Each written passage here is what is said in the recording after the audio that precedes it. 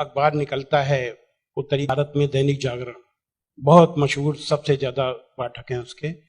उसमें एक लेख छपा था, दंगे क्यों होते हैं। बल्लाज मधोक, जो बुजुर्ग लोग हैं उनको जानते होंगे बल्लाज मधोक को, उन्होंने एक लेख लिखा था और कुरान मजीद की कुछ आयतें दी थी। तो वो आयतें देखने के लिए कि क्या वास्तव में सही है कि नहीं, मैं इलाहाबाद में एक दुकान में गया और मौलाना फतेह मोहम्मद खान साहिब जालंधरी और मौलाना अब्दुल पारिक साहब की हिंदी का अनुवाद ले आया और उसमें हमने देखा तो वो कुरान मजीद की वो आयत वैसे ही मौजूद थी। तो मुझे लगा कि ये बात सही है और मैंने किताब लिखी, इस्लामिक आतंकवाद का इतिहास। बाला साहब ठाकरे को बहुत पसंद आई, उन्होंने उसका अंग्रेजी ट्रांसलेशन कराया, the history of Islamic terrorism के नाम से। बाद में एक सज्जन ने, अब मैं वहां आ रहा हूं कि मेरा सोच कैसे बदला। मुंबई के एक व्यापारी ने मुझसे कहा कि स्वामी जी, आप जो काम कर रहे हो उसमें फंड की जरूरत है, फंड आपको नहीं मिल रहे, आप ऐसा करिए, किताब इस्लाम पर लिखिए अमेरिका के लिए, कि वास्तव में इस्लाम से अमेरिका को खतरा है, तो आपको अच्छा खासा आपको वहां से रॉयल्टी मिलेगी, आपके सारे काम चल जाएंगे। लेकिन वो बड़ी किताब होनी चाहिए। उसको लिखने के लिए मैंने हजरत मोहम्मद सल्लल्लाहु अलैहि वसल्लम की जीवनी पढ़ी। जब जीवनी पढ़ी तो जो कुरान मजीद की आयतों को मैंने आतंकवाद से जोड़ा था कि इन आयतों की वजह से आतंकवादी बनते हैं, लेकिन जीवनी पढ़ने के बाद मुझे लगा कि ये आयतें आतंकवाद को रोकने के लिए हैं, आतंकवादियों को। सुभान अल्लाह। क्योंकि उनमें जो युद्ध का आदेश था वो आतंकवाद और आतंकवादियों के विरुद्ध था। तो मुझे लगा कि मुझसे बहुत बड़ी गलती हो गई, एक धर्माचार्य से ऐसी गलती नहीं होनी चाहिए। और वो गलती क्यों हुई?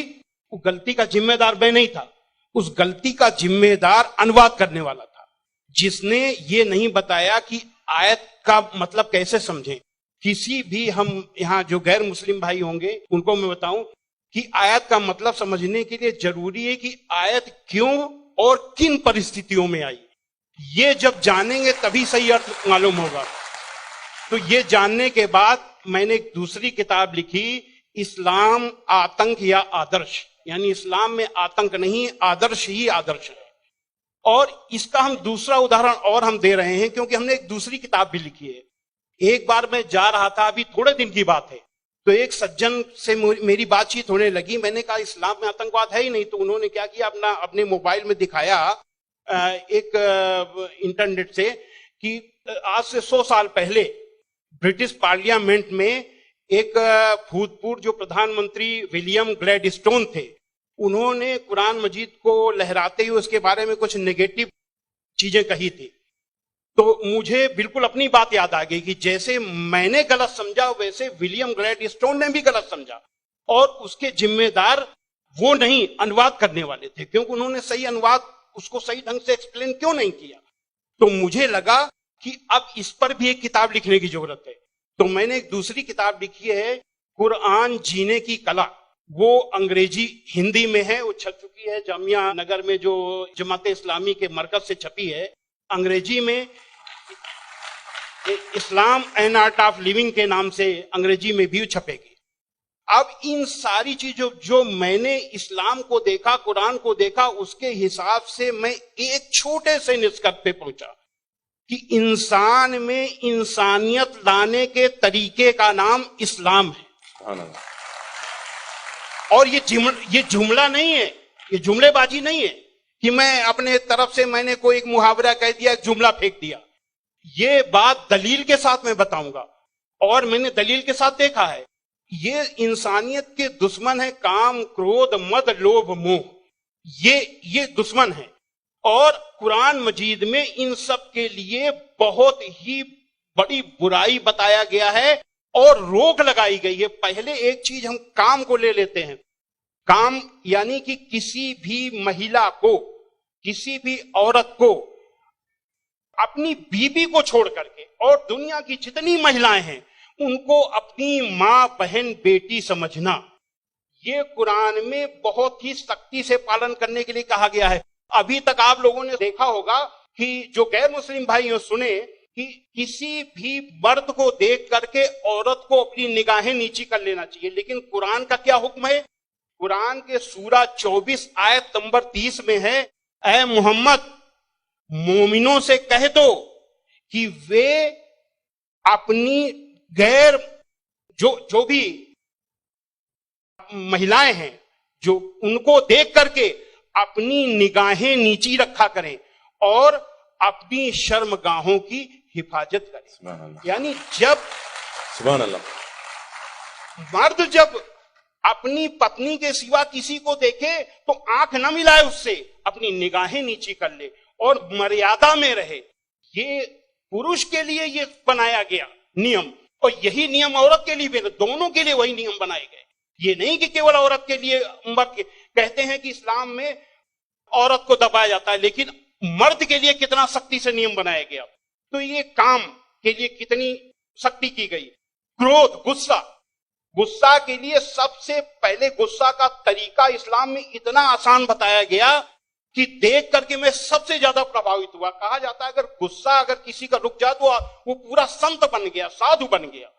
और कितना बढ़िया तरीका इस्लाम में बताया गया, कुरान में बताया गया है कि माफ कर दो, किसी के गुनाहों को माफ कर दो, और जब माफ कर दो गुस्सा खत्म। और सबसे पहले ये हुक्म दिया गया पैगंबर को। सूरा 7 आयत नंबर 199 में हुक्म आया कि ऐ मोहम्मद माफी का तरीका अपनाओ और भलाई का हुक्म देते रहो और अज्ञानियों से किनारा कर लो। सबसे पहला माफी का हुक्म अगर आया तो अपने पैगंबर के लिए आया। और ऐसे लोगों को क्या कहा गया? सूरा 3 आयत नंबर 134 में अल्लाह का हुक्म है कि जो लोग तंगी और खुशहाली की हर हालत में अच्छे से अच्छा काम करते हैं और गुस्से को रोकते हैं और लोगों के गुनाहों को माफ करते हैं, तो अल्लाह ऐसे लोगों को पसंद करता है जो ऐसे अच्छा से अच्छा काम करते हैं। हजरत मोहम्मद सल्लल्लाहु अलैहि वसल्लम पर कुरान उतरने के बाद आपके दिल में उतर गई, दिल में उतरने के बाद आपके कर्मों में उतर गई। आपके एक एक कर्म कुरान में अल्लाह के हुक्म के अनुसार हुआ करते थे। आपने पहले खुद अपने आचरण में लिया, अपने अखलाक में लिया, तब दूसरों को बताया।